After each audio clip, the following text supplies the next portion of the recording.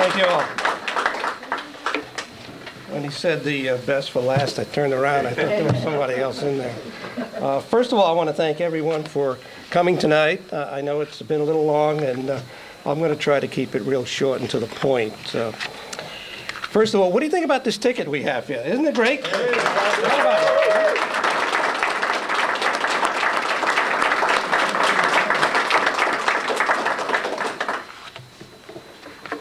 Like Jim said, Joe Mazza, I'm running for the office of First Selectman.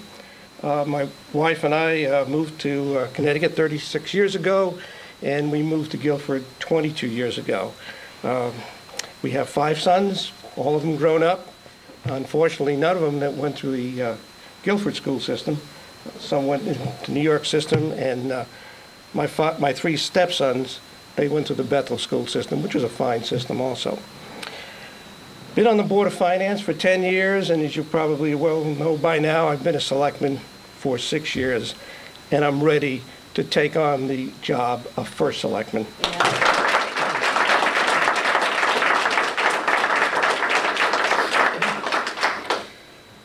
We have a professional, experienced, and dedicated group of individuals here, and you all met them tonight.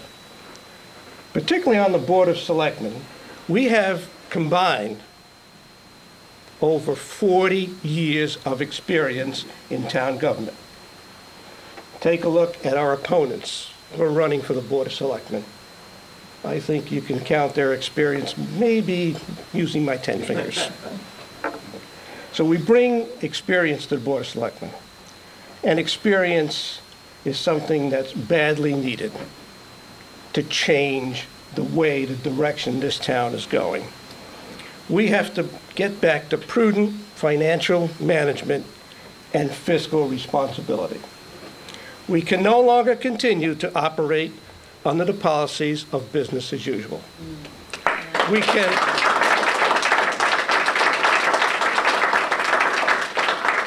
can no longer underutilize our operating systems and technologies.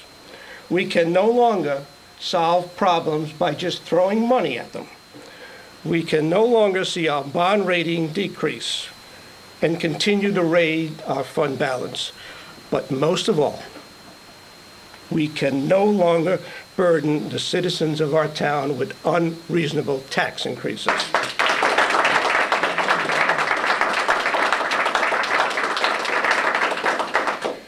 If our opponents are elected, the current majority will remain intact and continue the same old policies, administered this time by inexperienced leadership.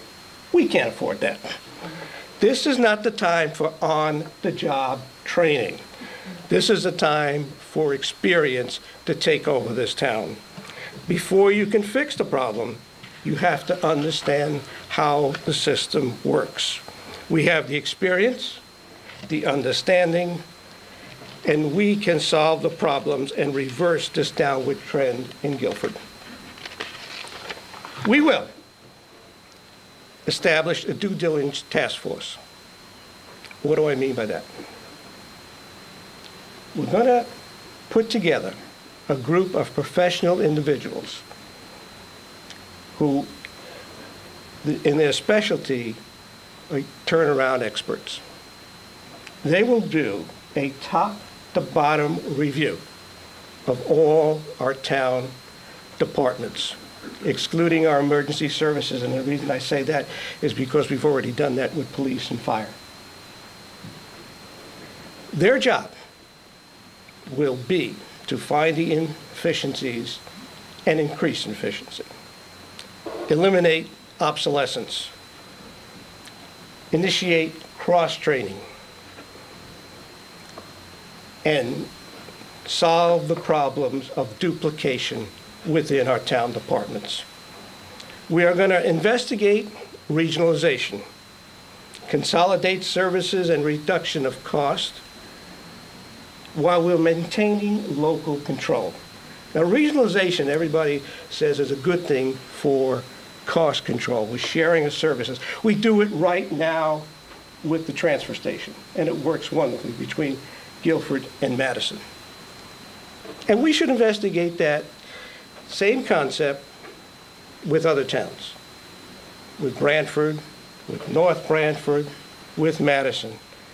When Gene Bishop was first selectman, we looked into a joint venture on the animal shelter. It didn't work out. It doesn't always work out, but we looked into it. The only problem that I see with regionalization, and what we must caution ourselves with or against, is that we don't want to lose local control. I don't want our citizens to deal with nameless bureaucrats for the sake of regionalization. Cindy mentioned long-range planning. I'm a big proponent of long-range planning for both our equipment replacement and facilities.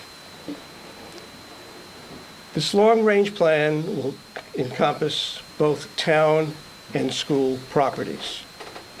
Let's not forget, school buildings are also town buildings.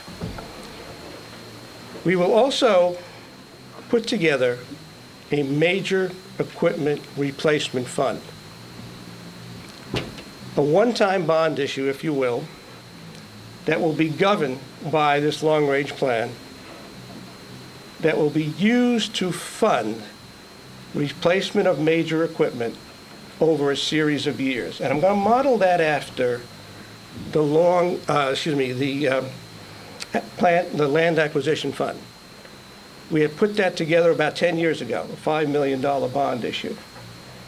And we draw upon that as properties become available and opportunities become available. The same thing I envision for the replacement of major capital assets. We will draw upon that over multiple years as the need arises to replace this equipment. And the advantage of that is, first of all, you're working with the long-range plan. And the second point is that we're not burdening the operating budget each year with maybe 1 or 2 dump trucks, or a payloader, or perhaps a fire engine. We're spreading it out over the course of several years. Jim mentioned, I think it was Jim and Charles and Cindy did too, about economic development. That's got to be one of the major foundations of bringing this town's financial situation back in order. We need good, clean economic development to help fund our operating expenses. We need a coordination between the regulatory boards and commissions. It makes no sense for the Economic Development Commission to attract businesses into town and then have them only leave because they can't meet the regulations or they're put through the hoops by 1 or more regulatory boards. As long as they're good for Guilford, we should welcome them and hope that they build their business in Guilford.